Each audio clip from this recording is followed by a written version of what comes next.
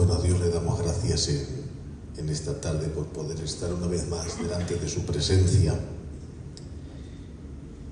Y bueno, como decía nuestro hermano Joselero, él me llamó hace 2 o 3 días, fue verdad, Joselero, 2 o 3 días, y me comentó pues eso de poder estar con vosotros, compartir esta reunión y traer un tema pues que el Señor pusiera en mi corazón. Yo le dije rápidamente que sí. Pues los lugares en los que la gente te llama y es de parte del Señor, intento siempre corresponder, ya que es una honra, un honor y un privilegio el que Dios nos da en esta tierra del poder ser útiles. Amén. El Señor no nos necesita para hacer su obra, sin embargo, cuenta con nosotros. Podía prescindir totalmente, sin embargo, Él ha decidido usarnos. Amén. Y creo que uno de los más grandes privilegios que hay en esta tierra es que Dios cuente con cada uno de nosotros para llevar a cabo sus planes, sus propósitos y su obra. Y si alguien lo cree conmigo, te invito a que levantes tu mano al cielo y grites un fuerte amén. Amén. Gloria al Señor. Bueno, pues yo tengo un tema para compartiros. Voy a hacer algo que no lo he hecho nunca. Me he traído, decía, la artillería pesada, me he traído el ordenador, porque cuando uno predica, pues puede prepararse un tema y traerlo de una forma mejor o peor, pero cuando uno va a hablar de doctrina, cuando uno va a establecer bases y principios, tiene que estar seguro de lo que va a transmitir. Entonces yo me he traído esto para intentar traerlo de la mejor forma posible y para mí pues me es una ayuda en esta tarde tenerlo aquí. Y voy a hablaros de la fe. De la fe. La fe es algo que es imprescindible, el saber de ella.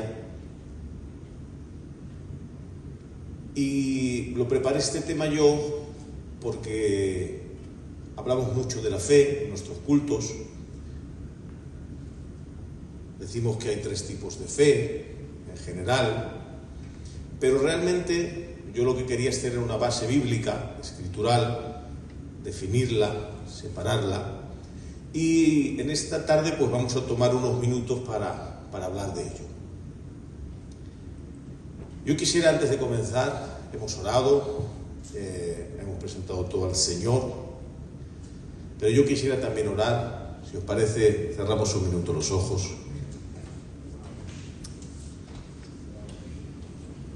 Señor, Dios del cielo, estamos delante de tu presencia. Aquí hemos venido una vez más para oír los dichos de tu boca, para conocerte un poco más a través de tu palabra. Ruego y suplico que en esta tarde tú hagas fácil en mi boca tu palabra, Señor. Ruego y suplico, Dios mío, que tú me uses para poder transmitir, Señor, las verdades de tu palabra. Te lo ruego, que Espíritu Santo, que así lo hagas, en el nombre de Jesús. Amén. Bueno, comenzar diciéndoos que el término fe, sí, es mi móvil. Ni caso, dejarlo ahí. El término fe, si buscamos la definición, encontraremos que la definición de fe es seguridad o confianza en una persona, en una deidad, en una cosa, en una opinión, en una doctrina. Y si tuviéramos que hablar o definir la fe en todos los aspectos generales, nos tomaría muchísimo tiempo. Y creo que, como os he dicho al principio, lo que nos interesa hoy es conocer la fe en la forma en que la Biblia nos habla de ella. Para ello vamos a centrarnos hoy en la fe según aparece en la Escritura.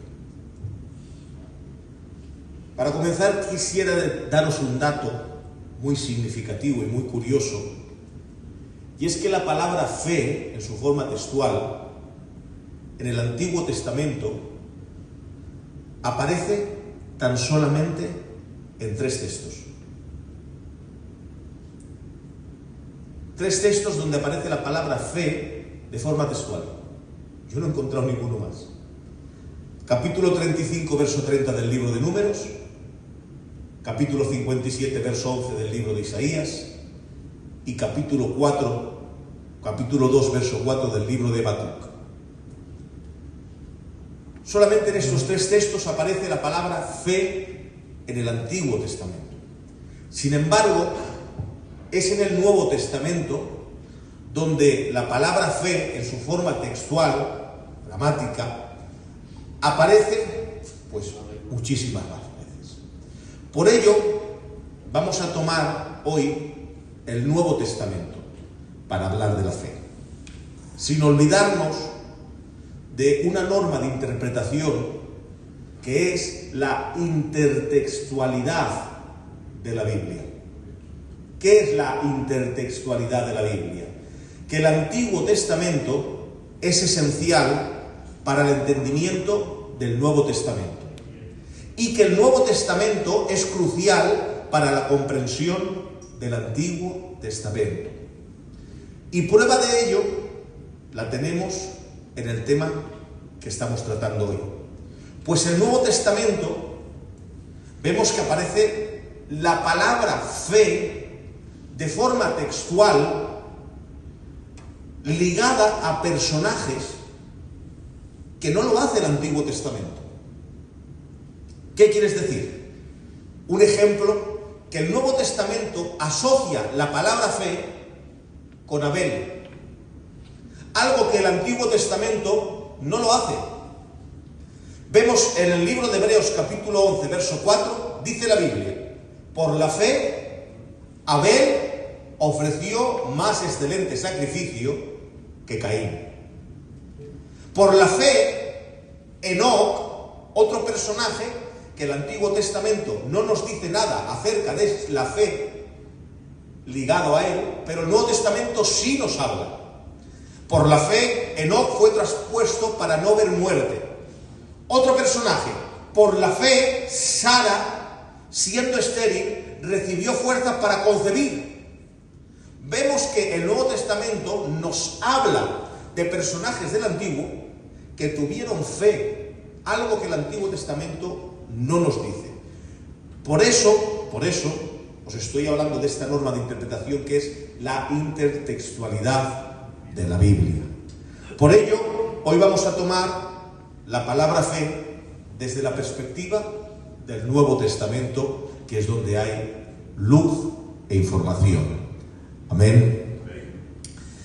Como hemos dicho, la palabra fe aparece en muchas ocasiones a lo largo del Nuevo Testamento, pero también quisiera aclarar algo. Quisiera aclarar que en algunas ocasiones, en el Nuevo Testamento, cuando aparece la palabra fe, no se refiere a la fe en el sentido primario que teológicamente hoy queremos enfocar, o queremos hablar, o queremos tocar. ¿Qué nos quieres decir? Existe un método en la Escritura, un método, el cual es denominado metonimia. ¿Qué significa eso? La metonimia es una figura retórica, la cual consiste en designar una cosa con el nombre de otra, con la cual tiene relación de causa o efecto. Voy a poneros un ejemplo. Capítulo 2 del Evangelio de Lucas aparece un hombre llamado Simeón. A este hombre Simeón, dice la Escritura, le había sido revelado por el Espíritu Santo que no vería la muerte antes que viese al ungido del Señor. Y dice ahora la Biblia, en el verso 28, dice, y viendo al niño, lo tomó en sus brazos y bendijo a Dios. Y notad ahora, diciendo, Señor, despide a tu siervo en paz conforme a tu palabra, porque mis ojos han visto tu salvación. ¿Ha visto la salvación? No. Ha visto al ungido que va a traer la salvación. Sin embargo, utiliza metonimia, este método. Designa a una cosa con el nombre de otra con la que tiene causa o relación. El mismo ejemplo lo tenemos el apóstol San Pablo, 1 Corintios capítulo 10, verso 21. Él dice, no podéis participar de la mesa del Señor. Cuando él dice de la mesa del Señor, nosotros entendemos que no está hablando de una mesa, que está hablando del pan y está hablando del vino. Sin embargo, él utiliza la expresión mesa, vuelve a aparecer este término, metonimia, para designar una cosa con el nombre de otra que tiene causa o relación. ¿Por qué os digo todo esto? Porque en el Nuevo Testamento a veces aparece la palabra fe, pero teológicamente hablando no se refiere a fe. Y os pongo un ejemplo. Hechos capítulo 24, verso 24. Dice, algunos días después, viniendo Félix con Drusila, su mujer, que era judía, llamó a Pablo, y dice ahora la Biblia, y le oyó acerca de la fe en Jesucristo. ¿Está hablando ahí de fe? No. Es un término, volvemos a hablar, metonimia, y la palabra fe ocupa el lugar del Evangelio. Si lo traduciéramos, y lo oyó acerca del Evangelio de Jesucristo. ¿Entendéis lo que os quiero decir? No me estoy explicando. Dice ahora la Escritura, Gálatas capítulo 1, verso 23. Volvemos a encontrarnos con la misma situación. Hablando de Pablo, dice, ahora predica la fe que en otro tiempo asolaba.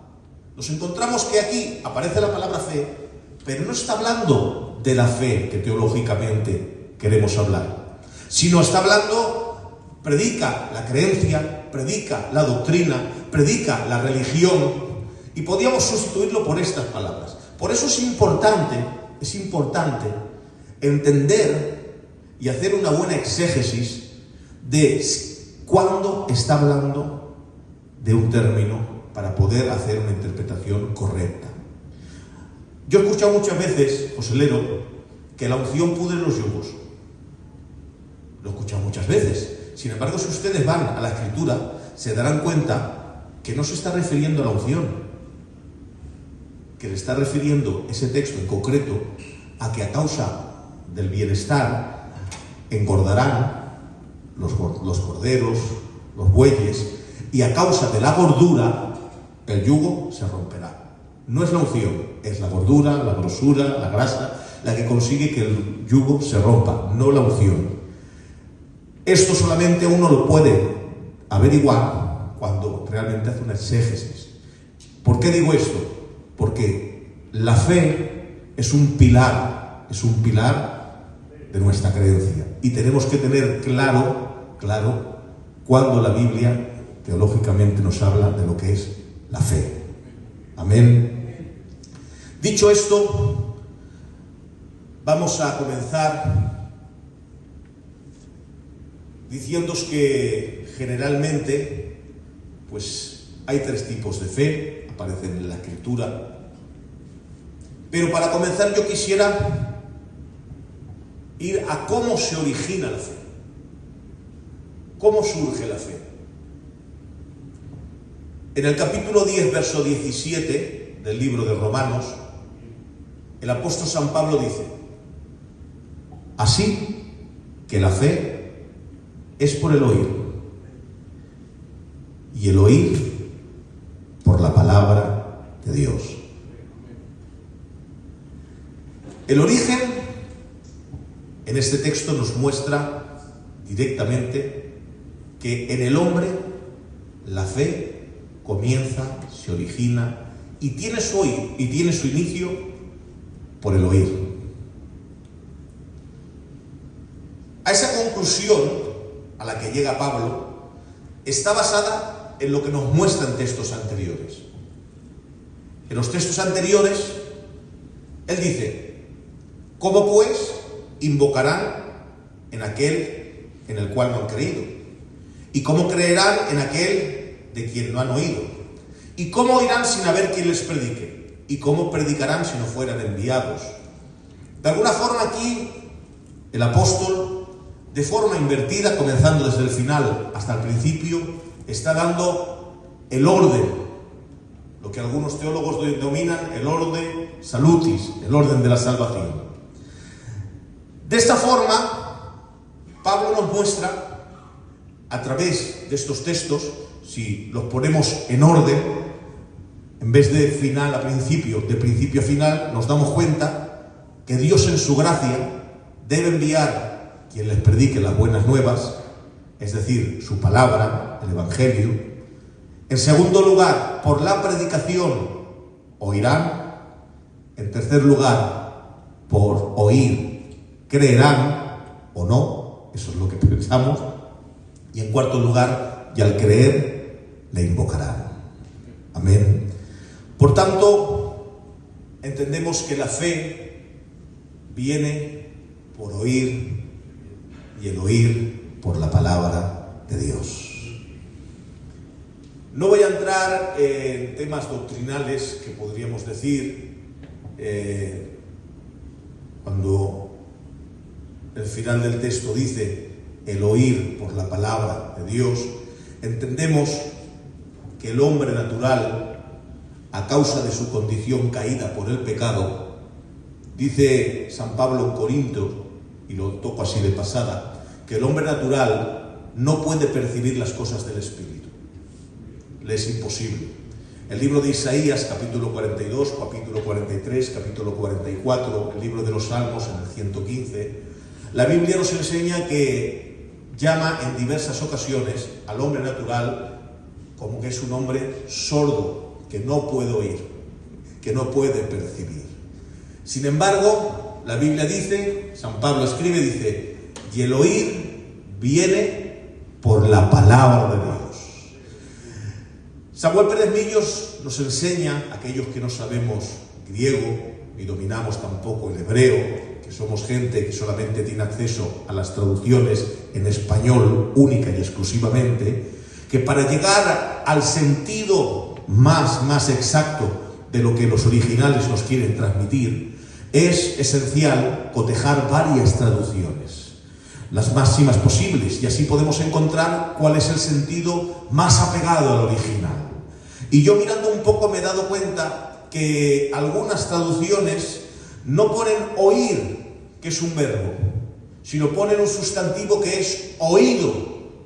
Es decir, el hombre cuando recibe la palabra de Dios, hay un cambio en su percepción. Cambia su percepción, es decir, aparece oído en él. ¿Por qué? Porque el hombre, como hemos dicho, está imposibilitado, está incapacitado, se encuentra fuera de su alcance el poder recibir las cosas del Espíritu. Sin embargo, y dejadme yo aquí que me sienta libre para deciros, que viendo Dios que el hombre está incapacitado, que está imposibilitado, que se encuentra totalmente ajeno a las cosas del Espíritu, Dios en su gracia, Dios en su misericordia, Dios en su eterno amor, viendo que el hombre no podía acercarse a Él ha decidido acercarse al hombre.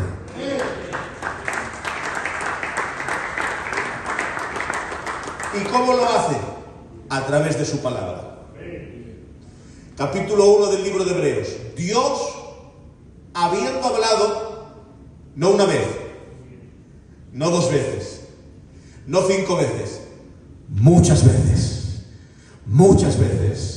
no se cansa de hablarnos el Señor.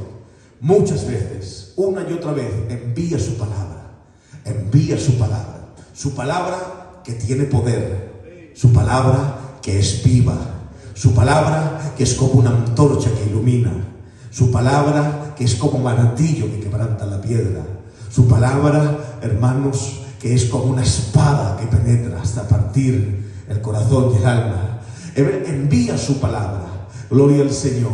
Y al enviar su palabra, causa ese efecto en el hombre que está incapacitado, imposibilitado, ajeno totalmente. Cuando viene la luz de la palabra, es entonces cuando el hombre se da cuenta que está en tinieblas y tiene la oportunidad de salir de ellas. Cuando viene la vida de la palabra, es cuando el hombre percibe y se da cuenta que está muerto en delitos y pecados y tiene la oportunidad de recibir la vida de Dios. Cuando viene la palabra que tiene poder y autoridad, el hombre se da cuenta que es esclavo del pecado y tiene la oportunidad de desligarse de la potestad de Satanás y pasar a las manos cariñosas de Dios. Pero habiendo dicho esto, volvemos al tema. Dios envía su palabra. La fe viene por el oír. Dios envía su palabra y entonces se produce fe. Pero ahora viene el eterno debate. ¿De quién es esa fe? Dejadme que coloque esto para no equivocar. ¿De quién es esa fe? Eso es importante tenerlo claro. ¿Por qué?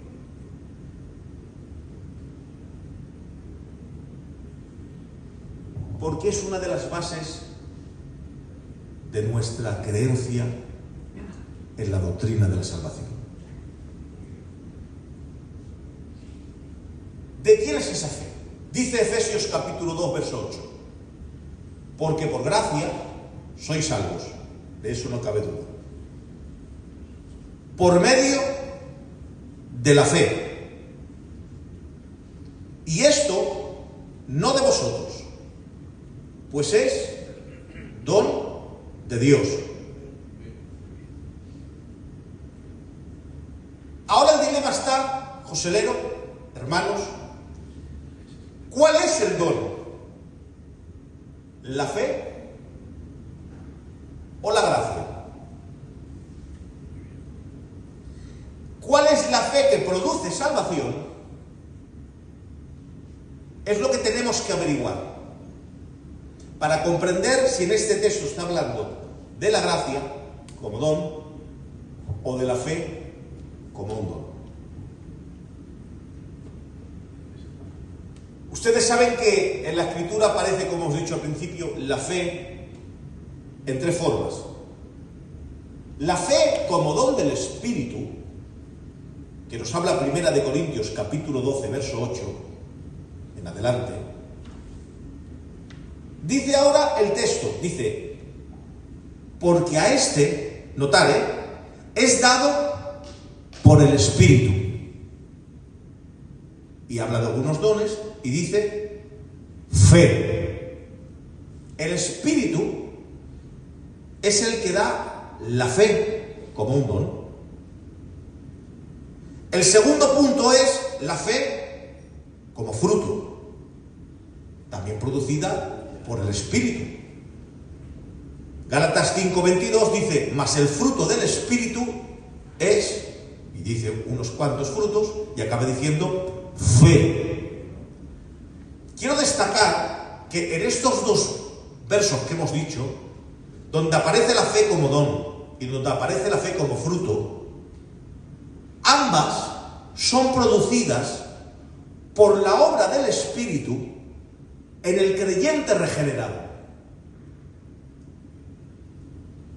Sin embargo, ahora Pablo pregunta lo siguiente, Gálatas capítulo 3, verso 2, y les dice, Gálatas, una pregunta, ¿recibisteis el Espíritu por las obras de la ley o por oír con fe? Y vuelve a decirles, aquel que os suministra el Espíritu y hace maravillas entre vosotros, ¿qué lo hace? ¿Por las obras de la ley o por oír con fe? Y él mismo le responde en el verso 14 y dice: por la fe recibimos la promesa del Espíritu Santo. Eso en primer lugar. Cuando Pablo predica en Pentecostés, capítulo 2 del libro de los Hechos, verso 37 en adelante, miren el orden que sigue. Dice: al oír, oyen, dicen, ¿qué haremos? Yo lo resumo, Y ahora les dice Pedro: arrepentíos y seguidamente y recibiréis el don del Espíritu Santo. Daros cuenta: oír, creer, seguidamente el don del Espíritu Santo. Oír, fe, luego viene el Espíritu. Otro texto. Cuando Pedro expone ante el concilio de Jerusalén su experiencia entre los gentiles, dice: Pedro se levantó y les dijo: varones, vosotros ya sabéis que ya hace algún tiempo que Dios escogió a los gentiles, notad, para que oyesen por mi palabra, por mi boca, la palabra del Evangelio. Oyesen. Dice: creyeran, segundo lugar, y en último lugar, recibieran el Espíritu. El orden siempre es el mismo: oír, creer o tener fe, y después viene el Espíritu. Cuando Pablo predica en Efeso, yo voy dando textos porque siempre el orden es el mismo. Dice: y Pablo les predicaba que Jesús es el Cristo. Dice: cuando oyeron esto, fueron bautizados en el nombre del Señor Jesús. Cuando oyeron, creen, se bautizan, tienen fe. Dice: y vino después sobre ellos el Espíritu Santo. El orden siempre es el mismo. Siempre es el mismo. Dice Efesios capítulo 1, verso 13: habiendo oído la palabra de verdad, el Evangelio, y habiendo creído en él, segundo paso, fuisteis sellados con el Espíritu Santo. ¿Cuándo viene el Espíritu? ¿Antes de creer o después de creer?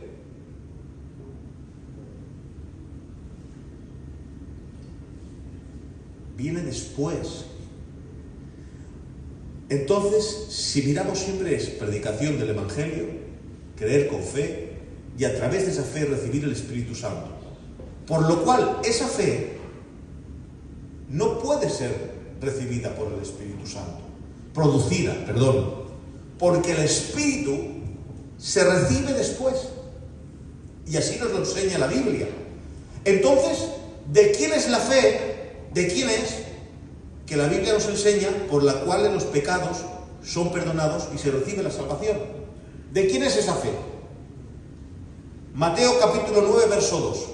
Dice la Biblia: y al ver Jesús la fe ¿de quién?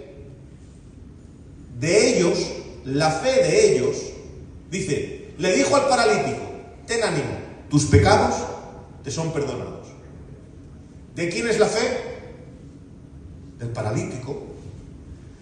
Dice el capítulo 7, verso 48 de Lucas: le dijo el Señor: tus pecados te son perdonados.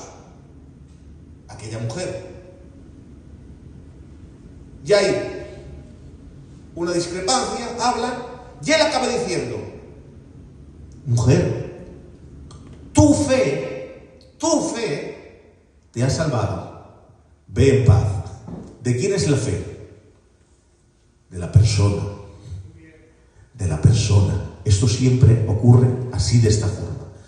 Es más, dice la Escritura, libro de Romanos capítulo 1, verso 17: mas el justo por la fe vivirá. Pero vosotros sabéis que esta expresión no es del libro de Romanos, que Pablo la toma del libro de Habacuc. Y si vosotros vais al libro de Habacuc, que es una de las 3 veces que aparece la fe en el Antiguo Testamento, no pone por la fe.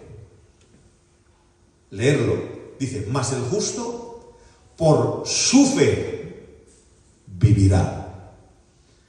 Por tanto, llego a la conclusión, después de ver todo esto, que el creer con fe es sin duda una decisión única y exclusiva del hombre. Aunque Dios en su gracia nos envía su palabra, nos envía el poder de ella, y eso lo hace Dios por única y pura gracia, pero cuando nos envía su evangelio, oímos y el hombre tiene la ocasión de poder creer y recibir esas bendiciones. Pero ¿de quién es esa fe? Mi pensamiento, y después de daros todos estos textos y estos órdenes, es que es única y exclusivamente del hombre. Mi fe, tengo la oportunidad, por medio de la palabra que Dios ha enviado en su gracia, de poder decidir.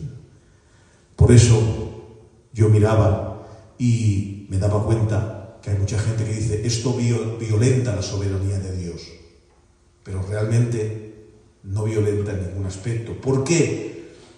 Porque Dios en su misericordia, en su gracia, extiende a tales criaturas el privilegio y la responsabilidad de elegir lo que quieren hacer, de ejercer su libre albedrío, haciéndoles así responsables de sus actos.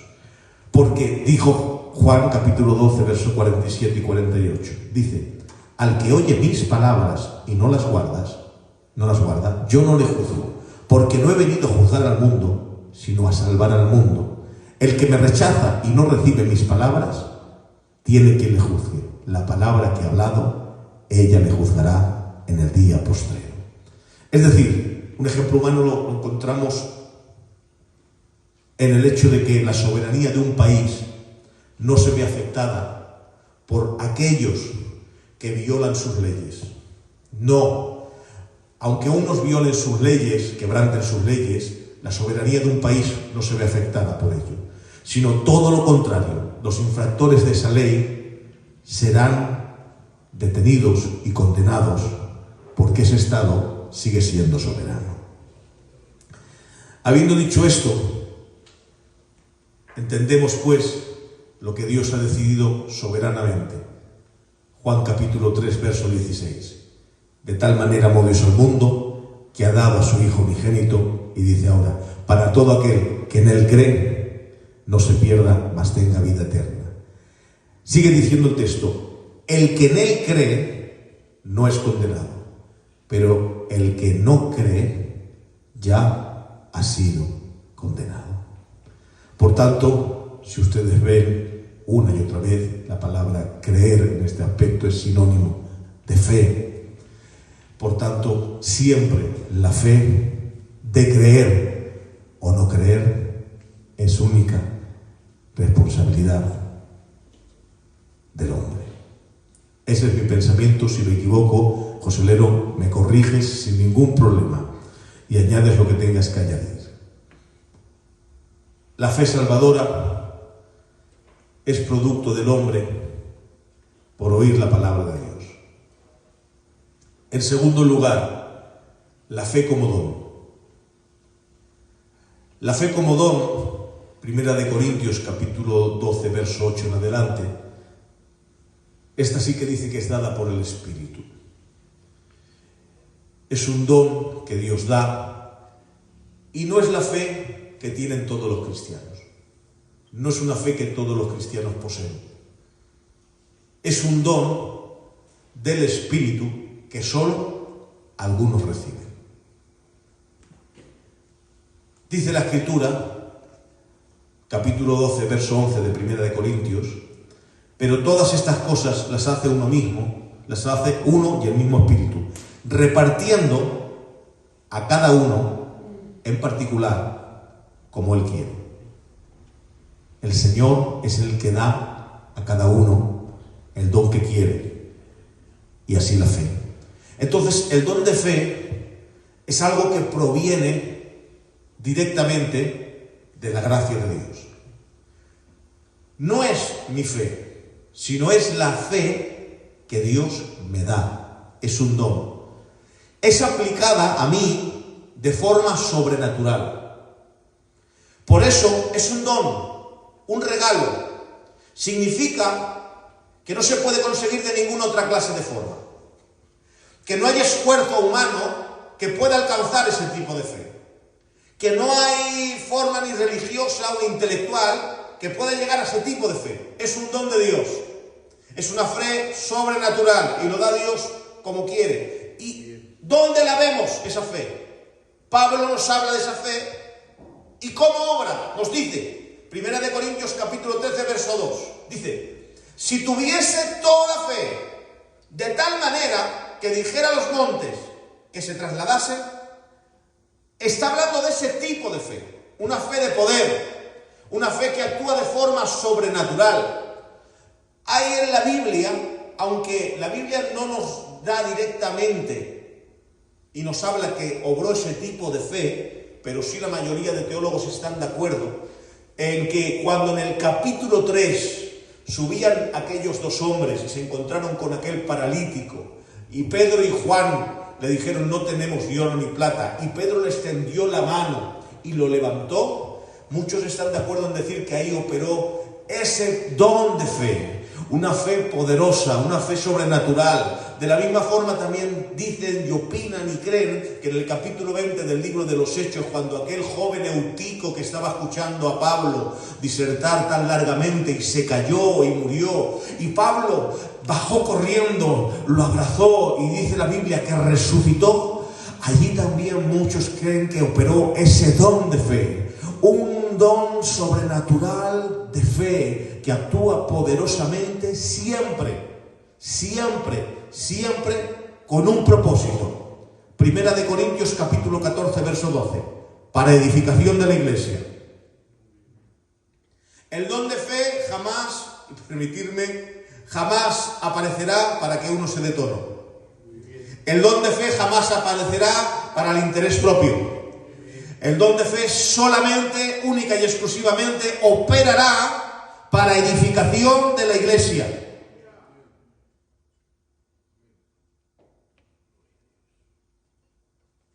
Y en tercer lugar, y no quiero ser muy pesado ni daros la tarde, la fe como fruto. ¿Qué es la fe como fruto? ¿O cómo se define bíblicamente? Capítulo 5 del libro de Gálatas, verso 22, nos habla de los frutos del Espíritu y entre ellos aparece la fe como un fruto. Si os dais cuenta, tanto como don como fruto son producto o obra del Espíritu Santo en el cristiano regenerado. Aquí sí que lo vemos. Y el apóstol Pablo, cuando habla de la fe como fruto o de los frutos del Espíritu, a mí me costaba definir qué era la fe como fruto. No encontraba la definición exacta bíblica o qué era la fe como fruto. Y entonces me di cuenta que cuando Pablo desarrolla estos textos, él está hablando a los Gálatas que han recibido la vida del Espíritu y que tienen no solamente que han recibido, sino que tienen la obligación de andar en el Espíritu y no satisfacer los deseos de la carne, porque son contrarios al Espíritu. Y la evidencia de andar en el Espíritu se manifiesta por los frutos en los que aparece la fe. Jesús dice, capítulo 7 de Mateo, verso 16 en adelante, dice, todo buen árbol da buenos frutos, pero el árbol malo da frutos malos. Así que por sus frutos los conoceréis. Por tanto, entendemos que el fruto es una expresión visible del poder que obra interna e invisiblemente. Por lo que el creyente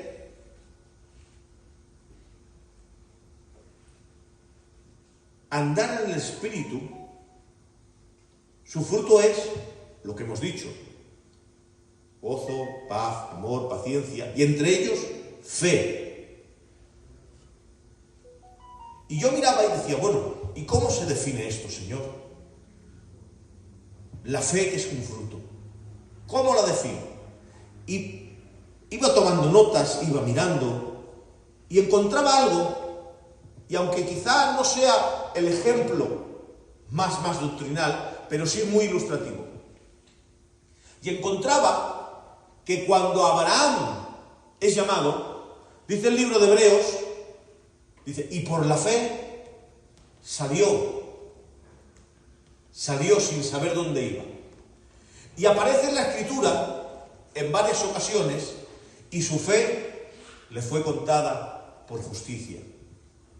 Su fe le fue contada por justicia. Aparece en el libro de Santiago, aparece en el libro de Génesis, creo que aparece también en el libro de Romanos, pero aparece en diversas etapas de su vida.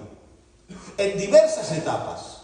Aparece cuando sale el término fe sin saber dónde va. Aparece también cuando dice la Escritura que se le promete que va a nacer Isaac, siendo él de edad de 100 años y su mujer de 90. Aparece de nuevo la fe y la justificación, que es por medio de la fe, cuando se le pide que sacrifique a Isaac. Y entonces me doy cuenta que esa es la fe como fruto. Una fe que permanece desde el principio hasta el final, que está ahí permanente, que va creciendo, que se va desarrollando, la cual nos dice Santiago y nos habla de ella de forma indirecta. Yo miraba el libro de Santiago y entendía la diferencia que hay entre las obras y la fe. La fe no es una obra, de eso se encarga Santiago de resaltarlo, pero él dice que la fe sin obras está muerta. Por tanto, las obras que realizamos certifican que la fe que hay en nosotros está viva. ¿Cuál es la evidencia? Y dice ahora, que hagáis frutos dignos de arrepentimiento. Que haya frutos dignos de arrepentimiento. Frutos de arrepentimiento. Si ustedes leen, se encontrarán, y dice, ¿qué aprovechará si alguno dice que tiene fe y no tiene obras? Si la fe, si no tiene obras, es muerta en sí misma. ¿Tú crees que Dios es uno? Bien haces. También los demonios creen y tiemblan. Y entonces empieza a hablar de ello y acaba diciendo, así también, la fe sin obras está muerta. Quiero resumir, ya que este tema todavía no he podido argumentarlo de una forma más directa y más clara, y deciros que sí hay algo que está claro.